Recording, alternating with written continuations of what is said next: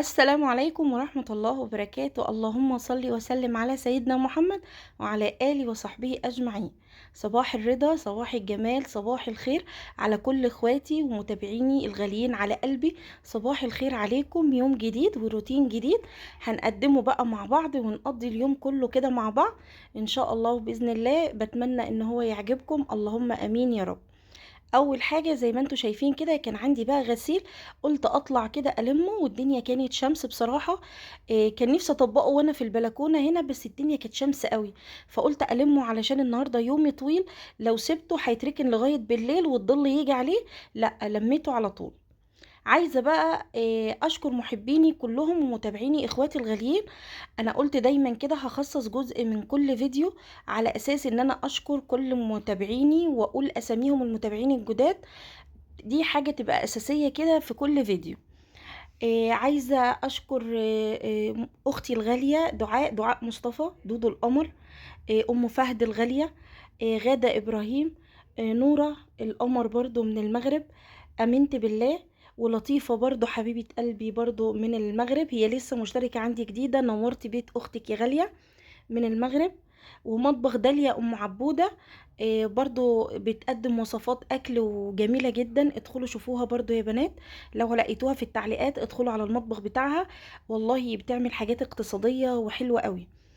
كمان مريم علي او اسماء علي السني، يا رب ما اكونش بس متلخبطه في الاسماء، انا اصلا عندي زهايمر، يعني انا لو نسيت حد اعذروني بجد. لاني مش كل الاسماء اللي ممكن مخي او استيعابي يلمها مره واحده.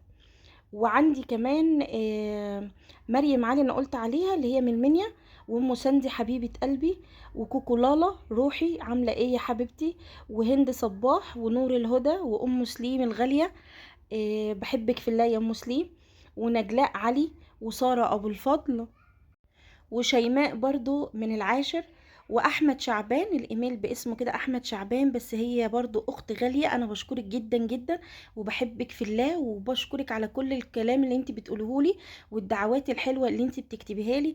الف شكر يا قمر. وميرفت بقى، ميرفت احمد الامراية حبيبة قلبي، انا مش عارفة علشان بس وقت برضو الفيديو، ويا رب ما اكونش، انا عارفة ان انا نسيت ناس كتير، بس اللي نسيته بقى يكتب لي اسمه في التعليقات. وفي كمان اسماء كده انا بصراحة ما بعرفش يعني هي ايه، فانتوا اكتبوا لي اسمكم برضو بالعربي يا بنات، او خلوا الاسم كده واضح. فكل واحدة تكتب لي اسمها في الكومنتات، وانا اشكرك كل فيديو وارحب بيكي. لو انت مشتركة جديدة يا حبيبة قلبي اكتبي لي اسمك برضو واكتبي لي منين، ارحب بيكي في الفيديوهات. ده اقل واجب ان انا اشكر اخواتي الغاليين على وقفتهم جنبي ومتابعتهم ليا وحبهم ليا، اللي هفضل طول عمري اشكر ربنا عليه ان هو خلى الناس الحلوة دي كلها تحبني. زي ما انتوا شايفين بقى عملنا ايه، لمينا الغسيل وطبقناه. دي احسن حاجة علشان تطبقي الغسيل بتاعك فيها، انك تحطيه كده في الصالة. لو حطيتيها في اوضتك ممكن يقعد باليومين، لو حطيتيه في اوضة الولاد ممكن يخلصوا وهم في السبت، يعني ما يدخلوش خالص الدولاب. فهم حطيتهم كده في الصالة، في الرايحة وفي الجاية هيضايقك شكلهم، لا يبقى انا لازم اخدهم كده واروح مطبقاهم على طول. ده الحل الامثل ان انتي تطبقي الهدوم بتاعتك وتفوقي نفسك على طول. واكتر حاجة بقى بتريحك كمان بعديها وتستفادي بيها هي ترويقة الريسبشن بره دي. لو انت حاطة ال الهدوم بتاعتك على كنبة، هتنضفي الكنبة بعديها، هتلاقي نفسك بتمسحي الترابيزة، هتلاقي نفسك بتكنسي، خلصتي الأوضة بعد الغسيل، يعني طبقتي، لميتي الهدوم وطبقتي، وكمان نضفتي المكان زي انا ما عملت كده. انا طبقت الغسيل ببص لقيت الركنه كلها متبهدله، فقلت لا اخدها معايا بالمره، على اساس بقى ان انا ايه ابقى خلصت منها، يبقى الدنيا عندي كده فايقه ورايقه. اما عندي هي الصاله شكلها نظيف، بس الركنه طبعا من قعده الاولاد، الكوشنات بتترمى كده، بياكلوا حاجه كده اي فتافيت قدام التلفزيون. المكان ده طبعا على الشارع بيدخلوا تراب برضو، وانا زي ما قلت لكم في مباني اليومين دول، فطبيعي ان هي الدنيا تتبهدل او يبقى فيها تراب، فاخدها بقى واحده واحده كده واعدلها. حطيت بقى الفرش ده، الفرش التاني اللي انا كنت عاملاه مع وريته لكم طبعا، حطيته يتغسل طلعته، فوقته بقى قلت كده اغسله، ولما احط بقى اللبس الشتوي اغطي الركنه. انا كنت حطاها كده على اساس ان هي تبقى خفيفه. انا بحط لها، جايبه لها طقم طبعا بلبسه لها. قلت شويه كده، لان انا لقيت المباني اللي جنبي بتبدا ان هي تطلع لفوق قبل ما تطلع عندي كده، وتلاقي البهدله بقى والتراب والرمل والزلط والكلام ده كله. فقلت لا، ابقى البسها علشان ما تتبهدلش معايا. خلصت وعدلت كده الركنه بتاعتي. جبت بقى هنا البتاع اللي في ايديا ديت، اللي بمسح بيها الرياشه دي. جميلة جدا، انا كنت ناسيها في شقتي القديمة. لما رحت ببص لقيتها، قلت لها ازاي انا استغنى عنك؟ فجبتها بقى وقلت دي بتريحني من اي تراب. اي تراب موجود بتريحني، وايديها سهلة بقى ان انا ابقى ماسكاها في الرايحة وفي الجاية كده انضف بيها. ومحدش بقى يسألني يا بنات ويقول لي انت جايباها منين، علشان والله انا يعني ما افتكرش انا جايباها منين. دي بقالها عندي من يوم ما اتجوزت، كنت جايباها في جهازي وانا متجوزه بقالي 14 سنه. فهي محدش يسألني، انا كنت ناسياها في البيت. دي بقى بصوا، هي عباره عن خيوط وماسكه في الخشبه كده، مش زي الرياشه اللي فيها ريش وبتقع كل شويه. فدي ما شاء الله معمره يعني، فبتقعد كتير وبتنظف وبتخلي الدنيا زي الفل. اللي يعرف بقى اسمها في التعليقات يكتب لي يا بنات، انا مش عارفة اسمها بالظبط ايه، يكتبها لي في التعليقات. خلصت كده بقى، نضفت التراب كله، خليت الدنيا زي فل. حتى الشاشة، مسكت بقى الشاشة نضفتها برضو، كان عليها تراب كتير لان هي على طول في وش البلكونة، فكان عليها تراب. نضفتها وخليتها زي الفل. طبعا كنست بقى ورجعت كل حاجة مكانها. زي ما انتوا شايفين كده، ما كانش فيه اي حاجة اصلا كتير. مجرد بس ما مسحنا التراب، رتبنا بس المفرش، كنسنا بس، الدنيا راقت وبقت عندنا تمام. كل يوم اعملي الحركة دي. اول ما تصحي من النوم كده وتشوفي طلبات بيتك، خلي الدنيا رايقة كده. احنا مش مطالب مننا ان انتي تدخلي وتعملي تنظيف عميق كل يوم الصبح، وتشيلي وتهبدي وتمسحي. لا، على الاقل كده الفوطه تبقى معاكي تمسحي بيها، او حاجه زي اللي انا شغاله بيها دي، او اي حاجه، وحاجه تلمي بس فيها. تلمي بس فيها اذا كان في ورق، في كتب، حاجات تبقى الدنيا رايقه عندك. دخلت بقى على المطبخ، وهنا كنت عايزه اعمل الغدا. ولاد اختي عندي بقى فكانوا طالبين، اجتمعوا كلهم على ان احنا نعمل فراخ مشويه. فعملت لهم بقى فراخ مشويه. قلت ايه، ارحب بالضيوف الغاليين، هم من القاهره طبعا، بيجوا كل مثلا سنه يقعدوا عندنا هنا عند ماما شهر. بتجمعنا بقى في الخروجات، بتجمعنا في كل حتة. فانا بقول لهم يعني ايه، يجوا يقعدوا معايا يومين ثلاثة كده، يقعدوا مع الاولاد، إيه، ونقعد مع بعض يعني كده، ونسترجع ايام زمان والدنيا عاملة ايه، وايام الطفولة وايام الشباب قبل ما نشيل المسؤولية. والله كانت احلى ايام واجمل ايام، لما كانت الناس فيها كده خير وبركة. مش الايام، الناس هي اللي فيها خير وبركة. ويحبوكي كده من غير اي مصلحة. زي دودو القمر كده، المتابعة انا مش معتبراها متابعة، والله انا معتبراها اختي الصغيرة. مع ان انا مش عارفة سنها قد ايه. لما فتحت لايف قالت لي ده انا جيت جري علشان اسمعك. يعني حبك ليا ده خلاني والله العظيم اشكر ربنا ليل ونهار. انتوا ازاي جمال كده، وازاي حلوين قوي كده، انك تيجي جري علشان تشوفيني. انت ما تعرفيش انت غالية عندي قد ايه، ربنا هو اللي يعلم. وكلكم غاليين عندي قد ايه. كفاية الدعوات اللي انتوا بتدعوها لي، كفاية الكلام الحلو والله العظيم اللي بيوصم بيريح النفسية ويخلي الواحد تمام قوي. ربنا يخليكوا ليا يا رب. انا هنا بقى حطيت الفراخ بتاعتي على في الصينيه. اديتها بقى كده ايه تسويه، ان انا بديها الاول نص تسويه او ساعات تسويه كامله على البوتاجاز، علشان ما ياخدش في الفرن كتير وتبقى ناشفه معايا، هي كده تبقى ايه طريه. الفرن بيقعد كتير قوي وممكن ينزل منها ميه كتير وينشفها، لكن النار العاليه دي تخليها ما تنزلش ميتها كتير، تعمل صدمه وتبقى هي طريه بس تستوي. هغطيها طبعا عشان البخار هو اللي هيسويها. وقلت اعمل بقى شوية رز اصفر. حطيت بقى في الحلة معلقة سمنة كبيرة، وحطيت البصلاية وسبتها كده لغاية ما تتشوح، تبدأ انها تصفر حاجة بسيطة. اوعي تصفريها خالص. انا عملت رز اصفر مش رز بسمتي، هو رز مصري بس عملته لونه اصفر كده ينفع مع الفراخ المشوية. ما كانش عندي رز بسمتي، بس الجيش قالك ايه اتصرف مش هنوقف الدنيا. اول ما البصلة بدأت عندي ان هي تستوي معايا وتبدأ ان هي هتاخد لون، رحت حاطه الطماطم. انا مش عايزاها تاخد لون لان انا مش عايزه اعمل رز بالخلطه. خليت بقى عليها الطماطم المبشوره. كمان حطيت معلقه صغيره من الصلصه علشان تديني لون كده مع الاصفر، تبقى حلو ويبقى طعمها حلو. وهسيبها بقى عندي تتسبك شويه كده، واحط التوابل بتاعتها. احط الملح، هحط مرق الدجاج، هحط كمان الفلفل، ده مهم جدا، بيخلي طبعا الرز، ومرقة الدجاج بتخلي الرز حلو قوي. لو عندك شوربة مثلا تكون بايتة عندك، حطيها بدل مرقة الدجاج، هتخلي لك الرز طعمه حلو. هنا بقى السر كمان في الخلطات اللي بيبيعوها، اللي هي بتاعت الرز البسمتي، دي جميلة. هي مش عايزة تحطي اي حاجة، مش عايزة تحطي لا كركم ولا تحطي اي حاجة، بس انا كان عندي شوية صغيرين من اللي كانوا باقيين، فزودت شوية كركم بس عشان اللون. لكن والله دي خطيرة، مش محتاجة جنبها اي حاجة. انا جربتها المرة اللي فاتت وكنت متفاجئة جدا بطعمها. في طبعا للرز اللي هو الكبسة، وفي للرز البسمتي، ده طعم وده طعم. شوفي الطعم اللي يناسب معاكي ايه اللي انت عايزاه، جميل جدا. حطيت بقى الرز، وانا قلت لكم الرز مصري. هقلب بقى في الخلطة دي كلها، وهنزل عليهم بقى شوية من المية، مقدار المية العادي بتاع الرز المصري. هظبط بقى المية وهظبط الملح، وهبدأ الأول إن أنا مشغل النار على الوسط لغاية ما أول ما يغلى معايا، هغطي على الحلة، وكمان هوطي علشان يستوي براحته ما يشيلش على طول. طريقة الرز المصري العادي جدا، بس احنا بخرناه وخلينا لونه كده يبقى أصفر، علشان بدل الرز البسمتي هتعملي رز بسمتي حلو قوي.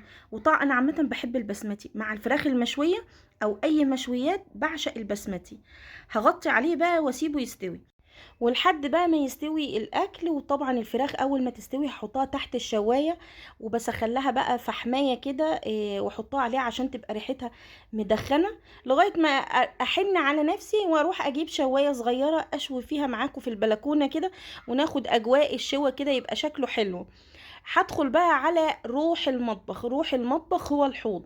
قلت افضي بقى كل حاجة عندي في الحوض، على اساس ان لما اخلص الاكل يبقى موريش اي حاجة. احنا هنعمل مواعين تاني، فتبقى الحكاية خفيفة علينا كمان، احنا مش عايزين نصعب الدنيا على نفسنا. ما يبقاش مواعين دلوقتي ونكوم عليهم مواعين بعد الغدا، هتلاقي الحوض انت مش قادرة تغسليه، هتسيبيه لبكرة. لا، احنا مش عايزين نكسل. حتى لو سبتي الاطباق وكسلتي، هتبقى الاطباق بس بتاعت اكلك. شربتي شاي، شربتي اي حاجه سخنه، هتبقى الحكايه خفيفه مش تقيله. حابه بقى احكي لكم يا بنات موقف حصل معايا امبارح، حبيت احكي لكم عنه. كنت امبارح نازله، وبعدين انا ساكنه هنا جديد، فوالله كل ما اسكن في حته، شفت اللي بيقولك ايه، في كل خرابه يطلع لك عفريت كده. انا حظي كده الحمد لله، احمدك يا رب واشكر فضلك على حظي من الدنيا، يعني احسن بكتير الحمد لله. لقيتها بقى موقفاني وبتسألني: انت ولادك دول انت عندك كام، انت مش عارفة ايه، انت ساكنة جديد، طب سبتي شقتك ليه، وعايزة تاخد وتدي معايا كتير. فالناس الحشرية دي موجود كتير قوي منها في حياتنا. في فرق بين ان انت تسألي عن حب، انت عايزة مثلا تعرفي الشخصية دي انت عارفاها او بتشوفيها وعايزة تعرفي عنها كل حاجة، ده فضول. ده فضول بحب. لكن الفضول بقى اللي هو ايه، الست الحشرية اللي تبقى عايزة تعرف عنك كل حاجة، إيه حتى النفس اللي بتتنفسيه ده، إيه ده بنقابل منهم كتير. يعني مثلا انا في حياتي كلها كان عندي جارة في بيتي القديم، والله العظيم، كانت اولادها بتطلع مع اولادي كده يلعبوا مع بعض، فانا كنت سايباهم يلعبوا مع بعض. كانت ساعات متصاحبة على حماتي جدا، الله يرحمها. حماتي كانت ست طيبة جدا وغلبانة، فكانت دي بقى ايه، تقعد معاها وتاخد منها كل الكلام، وكانت تنزل تقولهولي. فانا في يوم من الايام قلت لبنتها، قلت لها إيه، فلانه دي مش كويسه، بتنقلني مثلا الكلام وبتقول والدتك بتقول عليا كذا كذا كذا. لان انا من الناس الصريحه اللي ما بحبش يعني ايه اخد بقى واديكي وش وتوقعي بينا وتوقعي في بعض، لا ما بحبش كده. فالمهم بقى يا بنات، انا كنت الفتره دي تعبانه جدا، كنت حامل في بنتي سجا، وما كنتش معرفه حد ان انا ايه حامل، بالذات في اول الحمله. فكنت بنام كتير، الولاد يلعبوا جنبي فانا نايمه. فاولادها لما شافوني كل شويه بنام وانا طالعه، مره جايبه الطلبات بتاعه السوق لقيتها بتقولي: هو انت حامل؟ بقول لها: ليه، في ايه، ليه بتقولي كده؟ عرفتي ازاي ان انا حامل؟ فراحت قالت لي: اصل ولادي بيقولوا ان انت على طول نايمه، كل ما يطلعوا يلاقوكي نايمه، فقلت لدام انت نايمه على طول كده تبقي حامل. مين فيكو بقى ما عندهوش الست الحشرية دي؟ مش لازم يكون الإنسان المؤذي في حياتك تكون راجل، ممكن تكون إنسانة مؤذية، بتأذيكي بالكلمة، بالفعل، بالنظرة. في كل بيت او في كل واحدة مننا اكيد في حياتها انسانة مؤذية زي دي. واحدة مثلا ممكن تدخل بيتك تستكتر عليك النعمة، واحدة مثلا تشوف اولادك تبقى حلوين وشاطرين تبقى مستكترة برضو عليك النعمة دي، نعمة ان اولادك كويسين. فدول كتير في حياتنا، والله العظيم دول كتير في حياتنا قوي. طب علشان انت تتجنبي الناس دي ازاي؟ الناس السامة دي او المؤذية دي لازم تاخدي منهم جنب في ان انت ما تدخليهمش حياتك قوي. لو ناس قريبين بقى منك ومثلا ما ينفعش ان انت تبعدي عنهم، تبقي قافله على حياتك، بس تبقي خليتي ضيقتي حدود التعامل والدايره بتاعتك. مش لازم كل حاجه مثلا تعرفيها عنهم، اشتريتي ايه، جبتي ايه، عملتي ايه. حاولي على قدر الامكان لو هي جارتك ما تدخليهاش بيتك كتير. مثلا ده لو هي حشرية، في جيران أقسم بالله أحسن من الإخوات. يعني أنا عشرت جيران مثلا في بيتي الجديد ده أحسن من الإخوات. الست بقى اللي هي بتبقى مدخله نفسها قوي في كل حاجه دي، لا دي بقى ما دخلهاش بيتي. فلو هي، عشان كده بقول لو هي قريبه منك قوي وما ينفعش طبعا ما تدخليهاش بيتك او كده، ضيقي على نفسك بقى حدود بيتك. ما تقوليش كل حاجه جبتيها. مثلا ما تتكلميش كتير. اكبر غلط بنعمله ان احنا لما مثلا اي حد بيأذينا، ان احنا ونرجع يصالحنا تاني، ان احنا نديله الامان تاني. اما بنديله الامان تاني بنديله مساحة انه يأذينا تاني. اللي اذاك اول مرة اذا كان راجل او ست، والله العظيم هيأذيك بدل المرة الف. لدم قلبه طوعه ان هو يأذيك بالاسم كده، يبقى عمره هو محبك اصلا. لو جاتله الفرصة تاني انه يأذيك مش هيتردد، لان هو اذاك اول مرة وما ترددش في اذيتك اول مرة. فالناس المؤذية دي على قد ما تقدري ما تقوليلهاش اي حاجة. لو مثلا لقيتي نفسك مش عارفة بتسألك على اي حاجة خصوصا من بيتك، مش عارفة تاخد منك اي حاجة، وبقت تسألك في الوش كده، لان في ناس بتسأل في الوش كده، دي بقى تقولي لها انت بتسألي ليه، انت عايزة تعرفي حاجة معينة. دي هتقف على طول، مش هتقولك لا. ما هي مش هتقولك ايوه انا عايزة اعرف عنك كل حاجة، انت بتروحي فين وبتيجي فين. اتعودي انك تسكتي، تقفلي بقك ده. لما تلاقي حد بيسألك على اي حاجة اسكتي. الناس المؤذية اللي حشرة نفسها في حياتنا دي، اكتر حاجة تموتها ان انت ما تتكلميش، ان انت ما تطلعيش اخبارك، تبقى مش عارفة اي حاجة، تفضل بتاكل في نفسها كده. فاحنا عايزينهم ياكلوا في نفسهم بصراحة. إيه، خليكوا في نفسهم. شفتي مثلا لما بتقعدي مثلا تلاقي حد اذيكي قوي، تقعدي اول دعوة مثلا بتدعيها عليه وانت قلبك محروق كده، بتقولي ايه؟ يا رب اشغلهم في حالهم وابعدهم عننا وما تشغلهمش في حياتنا، اشغلهم في حياتهم. فالناس دي على قد ايه اكتر حاجة تموتها ان هم ينشغلوا ويبقوا في حالهم كده وينشغلوا في حياتهم. فهو انت لما يعرفوش منك حاجة يبقوا بياكلوا في نفسهم، خلاص انت جبتي اخرهم، انت كده بتموتيهم بالبطيء. اكتر حاجة ريحتني في الحياة لما قفلت على نفسي باب بيتي، خلاص ما بسمحش لاي حد يتدخل في حياتي من قريب ولا من بعيد. ده ريحني كتير قوي، بقت دايرتي مقفولة. ايوه كان ليا غلطات كتير قوي وعواقبها مثلا ان اديت مساحة لغيري انه يتكلم عليا، اديت مساحة انه يقول دي غلبانة بقى نديها على دماغها، مش هتقول لأ. فانك تطلع كده وتخالف الكل وتقول لأ، دي حاجة بعد كده ما بتعجبهمش، كأنه مش من حقك. بس ان انا اتمسك بحقي واقول لأ، مش عايزة حد يعرف عني اي حاجة، مش عايزة حد يعرف عن ولادي اي حاجة، قافلة بيتي عليا، اكلت ايه، شربت ايه، عملت ايه. لا خلاص. حتى والله العظيم لو عارفين انت بتعملي ايه، في امور كتير قوي تقدري تخبيها برضو. في حاجات كتير مثلا لو زوجك هو اللي بيقولها مثلا لأي حد قريب منك، انت مش عايزة تعرفيه اي حاجة عنك، مش لازم كل حاجة يومك كله تقوليه كده لزوجك بالاول عملتي ايه وخليتي ايه. هو الراجل مش ناقص اصلا، يعني هو كفاية عليه الشغل هو بيبقى مش سامعك اصلا.